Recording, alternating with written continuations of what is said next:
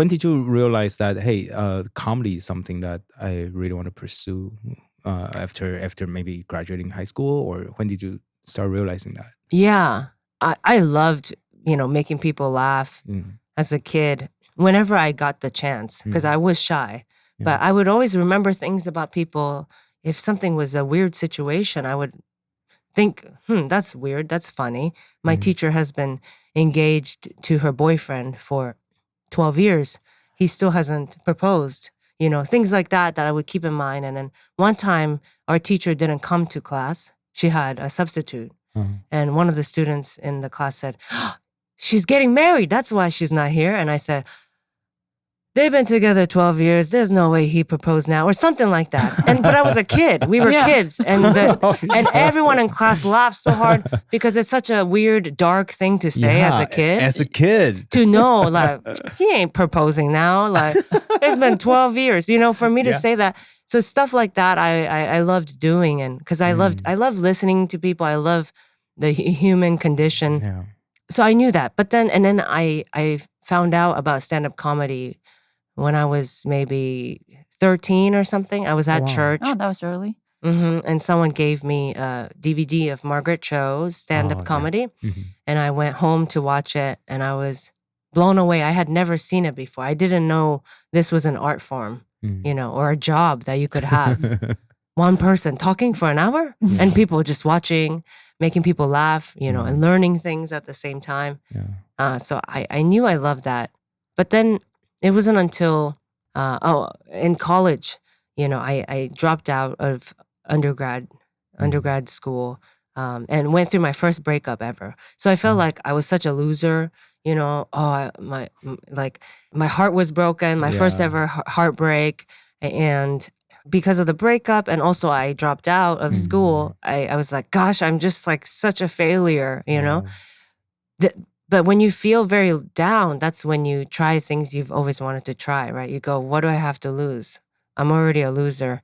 I might as well try comedy, something I've always wanted to try. I can't get any lower now, but right? Did you walk in the random comedy club, or? No. You took classes first? I took classes, yeah. I took a class on the internet. I went on Craigslist. Oh, wow. Yeah. And luckily, it was an actual class. Yeah, not like a, I don't know, random like killer or something. I know, totally. Because there was the Craigslist killer. Yeah. Craigslist killer. There was a whole documentary. Yeah, totally. I could have died. In the back of a van and just like...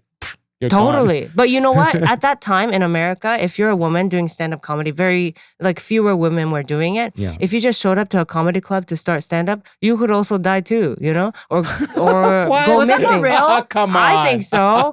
Or at least get harassed or something, Or it's hard to fit in, or not even to get a spot for open mic. Totally. And some guy will say something weird to you, or ask you out, or say something about your body, you know what I mean? Yeah, either way, you were going to be uncomfortable. So why not take a class on the internet? Like that I found on the internet. And it was an all-women class. So it was also like a very safe space. And yeah, that's how I started. But also the comedy scene in Taiwan is still very young, I think. Yeah. It's not like America, it's super competitive.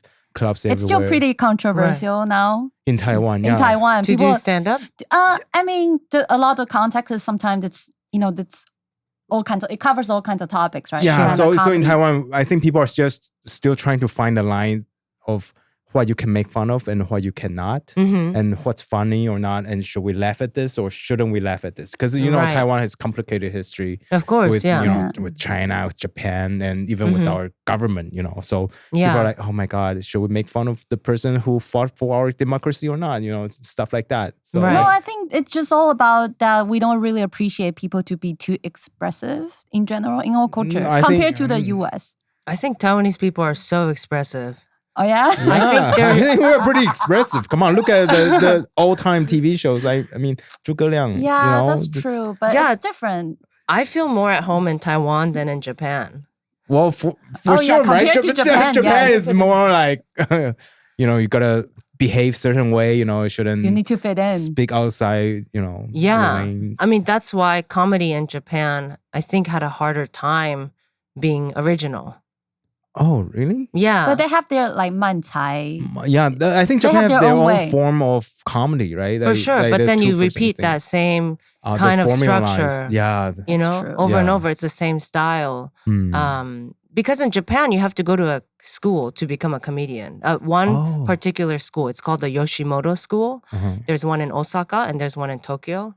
And they're an agency too. Yeah. So it's like Taiwan, you know, if you want to become a celebrity, you go through an agency. And then I think you're on every variety TV show. You're on every talk show. You're in commercials. You're in movies, right? And maybe you have a career for many, many, many, many years, right? Like... that's how it until works you're 90 or something, right? And it's the same in Japan, but with comedy, if you want to be a comedian, you should try to be. You can't just start going to comedy clubs and become a comedian. You have to go through this school and agency. Hierarchy that you need to and follow. Because of that, a lot of them sound very similar. Their perspective, their point of view, you know, it's a lot of physical comedy, right? A lot of like, you know, it's not stand-up comedy. You don't talk politics at all in Japanese comedy, you know? So I think Taiwan is actually very expressive.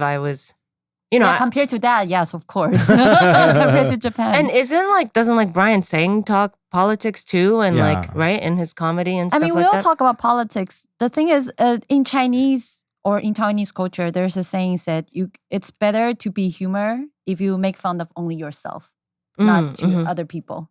So that's something that's still pretty mainstream that... people would assume that, it's not funny because you're attacking other people. You're trying to make fun of other people. Then that's not good. So I think people are still, like I say, trying to find a line. See? Right. Sure. Yeah. And then you can be different kinds of comedians that do different kinds of TV shows or talk shows. Yeah. You can be a political comedian. You just won't do maybe variety shows or something, right? You just do that. That's your own talk show on YouTube or something like that. Also, like roasting is really new in Taiwan too. Roasting. Roasting, we just also we've only been doing roasting for like 2-3 years probably. Like 3 years. Like big shows has only happened for 2 years. So it's still a new thing. So sometimes live audience love it, but if you put it on the internet, then people are like, a lot of people get really offensive. How can you say that kind of jokes? You know, how can you say that kind of jokes? Yeah, what kind of person are you? Right, you're a monster for saying that. I know. You hurt his feelings. He's like, no, they probably know what's going on. This person needs to be a serial killer to say that. Something like wow. It's really, so it's really new. No, I don't like roasting either. I'm not a roast comedian at all.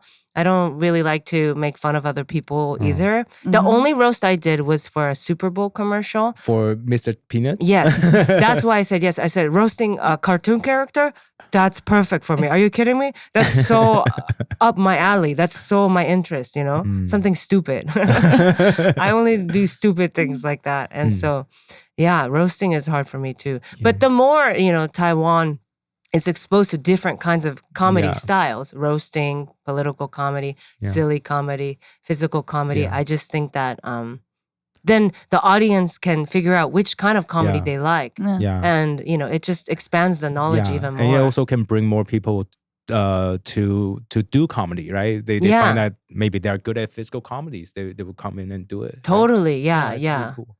So any reason why you came to Taiwan to do a surprise show? Yeah. Well, I wasn't supposed to. It was for free. It was a huge hit. It was for free. I saw the video. It was so fucking crowded. I was there. I was like, oh my God, I'm going to die. Yeah, Kylie sent me a video saying that she could not get in. I was like, oh my God, there's a club. Like, you cannot get into a comedy club? How is that possible? And it's English. I mean, like, for time. That's English. 100 people got turned away. I know. Oh they couldn't get in. And well, why was it free? I don't have a work visa. But also, I see. Yeah. Like volunteering work. It's charity. It was. I did it for the good people of Taiwan. Also, I did it for my ego. No, for my pride. No. I wasn't supposed to do a show at all. It was supposed to be vacation and to come back to Taiwan. My grandma had to do some business in Taichung. She had to collect. Also, you brought your grandma again this time, right? Everyone. Okay, but she had to create. She had to get her like retirement money from Taichung. I see. The government is also handing out like $6,000 for everyone for free. Who are Taiwanese? Yeah, who are Taiwanese. Where I'm gonna tell her this. Yeah. I'm sure she already knows. She's gangster. Knowing her, like she collected like 3 times the 6,000. She'd somehow pretended to be other people too. Who knows? Knowing her, you know. But so we came back for that, and you know, with COVID, we were in Japan right before this, so we were like, well, Taiwan's right there, and I have relatives there. I love coming home to my people in Taiwan and Japan.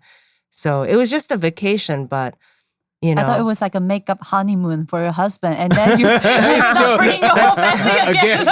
Kylie, oh yeah, you think I've changed? No, No, I'm still the same person.